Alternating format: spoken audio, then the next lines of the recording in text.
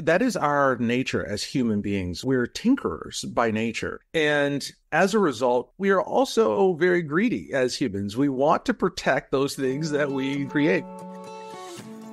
Top leaders, meaningful conversation, actionable advice, bulldoze complacency, ignite inspiration, create impact. Produced by the Southwestern family of companies. This is the Action Catalyst.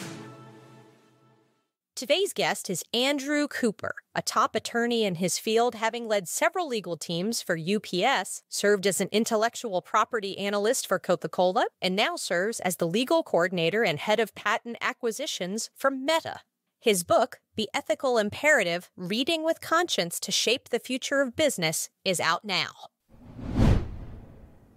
Andy, I'm Stephanie Moss. How are you? I'm well. How are you, Stephanie? I'm good. I'll ask that super open-ended question. Start at the beginning and tell me a little bit about you and your super interesting journey. Sure. So I am from a small town in South Carolina called Walterboro. If you are traveling down 95, you will pass right by it. I had no idea, no concept of what intellectual property was or even the practice of law until I was in high school, and my father brought home a movie called Separate but Equal, and I became exposed to the law and what lawyers can do, and that began kind of my curiosity to the practice of law. I ultimately went to college in Washington, D.C., and grad school in Atlanta, Georgia at Emory. While at Emory, I did a few internships, one with the Coca-Cola company, and that's really what started me down the path of IP, really exposed me to the concept, speed of innovation. And for companies like Coca-Cola, innovation is key to them staying at the head of their industry. And it should be something that small business owners think about as well. After leaving Coca-Cola, I went to practice law at Shook, Hardy & Bacon in the patent litigation group. Moved from there to UPS. I was a vice president of UPS, the chief IP counsel there, and worked for UPS Airlines. So my UPS history was about 7 years. And then I transitioned from UPS to Meta Platforms, which is where I am now. And I am the head of patent acquisitions. I also do technology transactions, open source, and AI work for Meta and Mark Zuckerberg. So not a bad journey from a boy from Walterboro. Yes, Walterboro, South Carolina. Population of 5,000. Oh my gosh. Okay, so Walterboro to Okinawa. Tell me about that. Oh, yeah. So I didn't even touch on Okinawa, but yes, when I was around 9 years old, my dad was stationed in Okinawa, Japan, U.S. Marine Corps.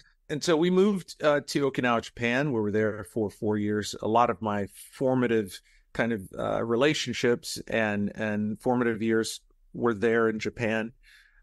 We stayed on base, went to Department of Defense schools, and opened my eyes to the importance of working with people from all walks of life, all backgrounds. That core value, I think, in organizations today is really important. I also talk about this in the book, the importance of building open systems. That's organizations that are able to assimilate information from various centers of innovation and to incorporate those really quickly into products and services. The organizations that we build today in the United States tend to be hierarchical. They tend to be pyramid structures. Better organizations, future organizations, should be more like a biological cell where you have lots of information coming in and being assimilated and worked through and finally incorporated into the organism. And those things that are bad, you kind of kick out, and those things that are good, you make a part of the system. And that really, I think, started my journey in thinking about open systems, diversity and inclusion, and how to make organizations stronger. What a very real experience. Now, if you don't mind, I'm going to ask you to kind of educate us a little bit. Walk me through this idea of what is intellectual property. Yeah, absolutely. So intellectual property is really the intangibles around your business that make it what it is. So when you think about a name, a brand, human-generated content, these are things, anything that comes out of the mind of humans can be protected in intellectual property, anything that's affixed in a medium. So if you are an artist and you conceive of an artwork or design or a painting and you put that onto canvas, that can be protected. Companies, I know small businesses, big businesses, they tend to focus on products and services. They tend to focus on what am I selling and protecting what I'm selling. But behind that are rights that need to be protected. And when they're not protected, you run into issues where people can steal and people can copy. So IP is integral. It's part and parcel of running a good business. So when I worked at Coca-Cola, one of the very first cases that I had to work on was an inventorship dispute. And at issue was a patent, a novel gas barrier additive that Coca-Cola included inside of its plastic bottles that extends the shelf life of carbonated drinks. So if you come up with this amazing container that can keep sodas really fizzy for a long period of time, that would be protected by the idea of patents. On the other side of that, you have trademarks, and trademarks are really, really powerful because they indicate source of something. A really strong trademark is Apple, for example. So an apple, it's a fruit, right? But in the context of technology, Apple is a company and a company that makes really great products. And anytime someone sees the Apple logo or they see the word Apple on technology, they know where it comes from and they associate a level of quality with it. So trademarks are really important. And when I was chief IP counsel of UPS, one of the largest assets that sits on the book of business are the brands, the logos, slogans that indicate the source of the good, because there's enormous goodwill that comes along with it. Some lesser known but really, really important forms of IP today include copyright.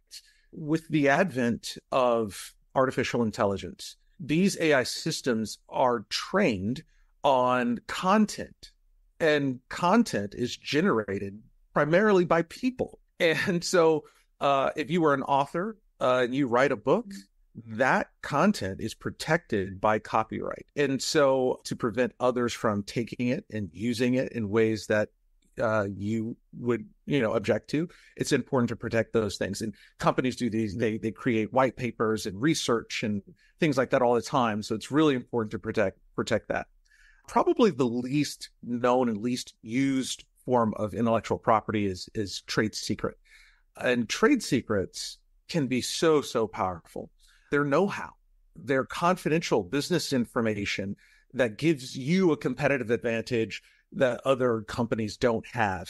So if you are a small business and you have a way of collecting data and you hold that data and no one else has that specific data set, or a way of doing something that is better than the way other people do it, that's a form of knowledge, of intellectual property that can be protected.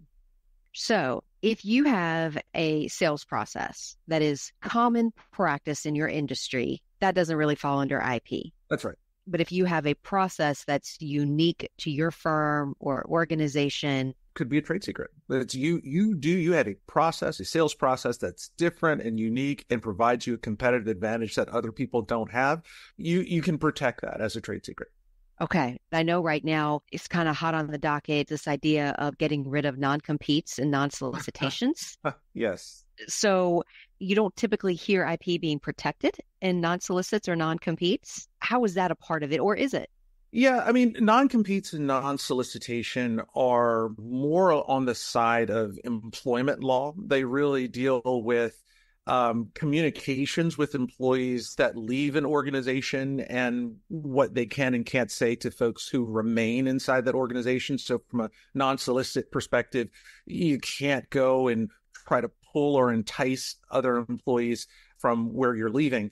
On the non-compete side, it's adjacent to IP in the sense that the idea is you have developed some level of knowledge that is unique to an industry. And if you were to leave a company in the same industry and go to another company that is a competitor, you may take that knowledge with you into the competitor shop and use it in a way that is detrimental to the company that you're leaving. So it's adjacent to IP because it does deal with know-how, and there are some rules about what you can restrict from the perspective of a person that is covered by a non-compete. So information that is derived from working within an organization, just as a result of you being there, you've developed a level of expertise. Typically, you're not supposed to prevent someone from leveraging their expertise in order to earn a living, especially if it's in like a market that's really small, like a duopoly. Going back to the Coke example, you get Coke and Pepsi, very large competitors. A non-compete that is so broad that would prevent any Coca-Cola executive from moving over to PepsiCo and not being able to leverage just their generalized skills as a lawyer or a scientist or a salesperson. Those would probably run afoul. And of course, this is not legal advice. You'd have to check with the lawyer. My experience has been those typically don't fly. But you can narrowly tailor non-competes in a way as long as they are short in duration and specific to, for example, the work that an individual has done while they were there. So if you were an amazing research scientist that came up with some novel containers that extend the life of sodas, you could potentially prevent that person from going to a direct competitor and working on the exact same stuff. They can still work as a scientist. They can work on other projects, but typically you could narrowly tailor in that way. To your point, there's been a push to change non-competes at a federal level. Some companies have gone too far with how they have sought to restrict the work of employees. And so the jury is still out. Okay. I want to talk about the book, The Ethical Imperative, Leading with Conscience to Shape the Future of Business. Give me, from your perspective, kind of where this came from, what the intent. Sure. So in 2018, I was the vice president and general counsel of UPS Airlines. Moved to Louisville, Kentucky, and started the role. I was positioned as, hey, this is an opportunity for you to take on senior leadership, large organization, 20,000 employees. And then COVID happened. And so I began journaling about the challenges that my team were going through and strategies for helping them to regain and retain high performance through that crisis. And I think it's a crisis for just about everyone. And so as I was doing research into like strategies that executives had used in the past, what I realized was that there are really four moral imperatives that any leader has to really focus on. And that's the first is to work quickly, to move with speed. If you look at organizations prior to the 1970s, a lot of those organizations, and they were run by silent generation, greatest generation, those organizations tended to divest power closer to managers, closer to frontline supervisors, allowed employees to take a more active role in the decisions of the life of the organization. And so that's where this concept of speed as a moral imperative comes from. It actually relates to our topic of intellectual property because the rate of innovation of an organization says a lot about its speed. Slow organizations tend to be less innovative. They tend to not engender or encourage the types of ideas from their employees that allow them to be avant-garde, to allow them to be at the front of the pack. And it shows in the number of patents that they file, many other ways. The second moral imperative is really to lead with inspiration, to connect the work that we are doing to some benefit to the world that is a goal that we can all share in. Organizations like Coca-Cola and their work on water replenishment, organizations like Bombas and their work on providing socks to the homeless. These are critical pieces of the employee engagement puzzle. Really, it's a puzzle that we have to solve. And so when I was working through the pandemic, I realized that by being a part of Operation Warp Speed, that was the Trump administration's push to deliver medicines and vaccines around the world, it gave our employees a North Star. It was something that said, hey, we are part of a movement to save the world. The whole idea, the slogan, it's a patient, not a package, was really motivating during that time. The third moral imperative is community investment. Again, going back to organizations prior to the 1970s, what we found were organizations that invested in communities heavily. So Hershey, Pennsylvania would not be a place without Hershey. Bentonville, Arkansas would not be a place without Walmart. Coca-Cola, even Atlanta, would not be the type of place it was without Coca-Cola and Chick-fil-A and some of the other companies that have really opened up their organizations to addressing needs of communities. And what we find is that organizations that identify a place that they want to transform and go about a strategic vision in doing that, even if it's public or even if it's a public-private engagement or just a private movement, it doesn't matter. The outcomes of those communities tend to be better than, for example, places like Walterboro, South Carolina, where there's been economic distress for a long time. So the community investment becomes a really critical piece. And then finally, the last imperative is openness. Building open systems is really what inspires organizations, people within organizations, to do their best work when they believe that even if there are disappointments, I know that there's a level of meritocracy built in. I am being heard in the organization, that the leaders care about me in the organization. These key pillars of being an organization that's open makes employees perform better. What I have found just as an employee, sometimes there can be a sense that we are creating walls between each other where walls don't need to exist. And so when we segment ourselves rather than creating the places where we can connect, there's a different feeling. So building bridges, opening doors, creating places where people can connect and embrace shared humanity become really important. And I think a lot of it stems from my experience during the pandemic, because the truth is, it seemed like the world changed. But the world didn't change. I think we changed. I think people, since we were all going through the same thing at the same time everywhere, people started asking questions like, do you really care about me? Does this organization care about me? I know the things that are really important to me now. They're things like family. And so we had this complete reset on the things that matter. And so what I'm bringing forward is that caring has to be first and foremost. And when you lead with caring, when you lead with systems that are welcoming, that create connections rather than create barriers, you tend to have more effective and high-performing teams. Yes, that's huge. I do want to go back a little bit to operationalizing some of the things that we talked about from an intellectual property side. How do I go about best practices in securing my intellectual property rights? A few pointers, a few strategies for small and medium-sized businesses. First, conduct audits. Regularly review and document the IP assets that are available to you. And, talk about patents, trademarks, copyrights, trade secrets, even designs, right? So patents come in utility and design flavors, designs, how something looks. So talk to your team, again, within the context of an open system, bring people together, regional whiteboarding sessions, actually going to folks who within your organization that have great ideas and say, hey, we want to just sit down and put some of these ideas on paper. That's the first step in going about securing those rights that you're looking to secure. And do it regularly, like if it's quarterly or yearly, that kind of thing, and keep a book. Sometimes in the old days, when I started practicing law, people would ask, hey, where's your IP book? Where's your patent book? And it's just a record of those ideas that have been captured.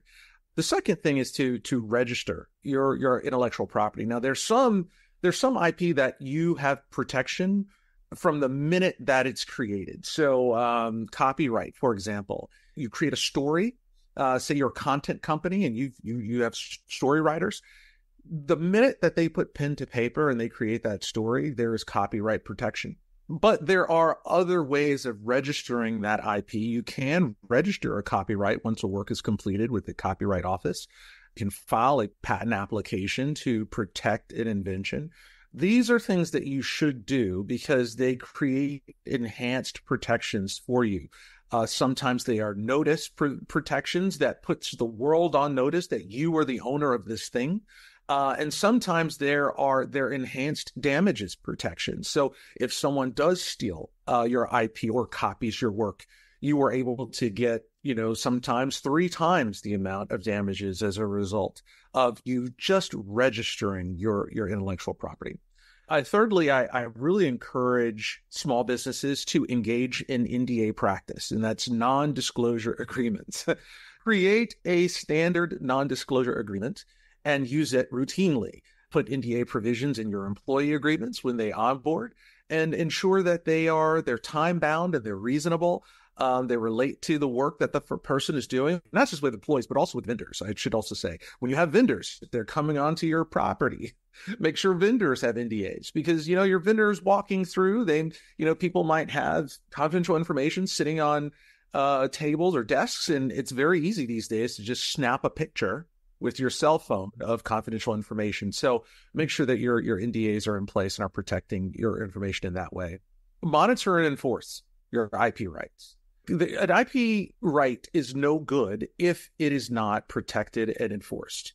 So if you have copyrights, ensure that you are sending cease and desist letters when you believe someone is infringing, that you are engaging with competent counsel that can negotiate either the takedown of things that are infringing. Ensure that you are looking and policing, because what ends up happening is there's a theory in the law that, if you don't protect your rights, you lose your rights. So if you, for example, know that someone is infringing your trademark and you don't do anything to enforce it, well, if you go for a sufficient period of time without doing it, you may lose some protections. So really look at monitoring enforcement programs. The last 2 things I would say. 1, educate your employees. So training employees on the importance of IP and best practices in protecting it can go a really long way to ensuring that you have a strong brand in the minds of consumers and that you're also keeping the value high on your products and your confidential information, your data, your systems.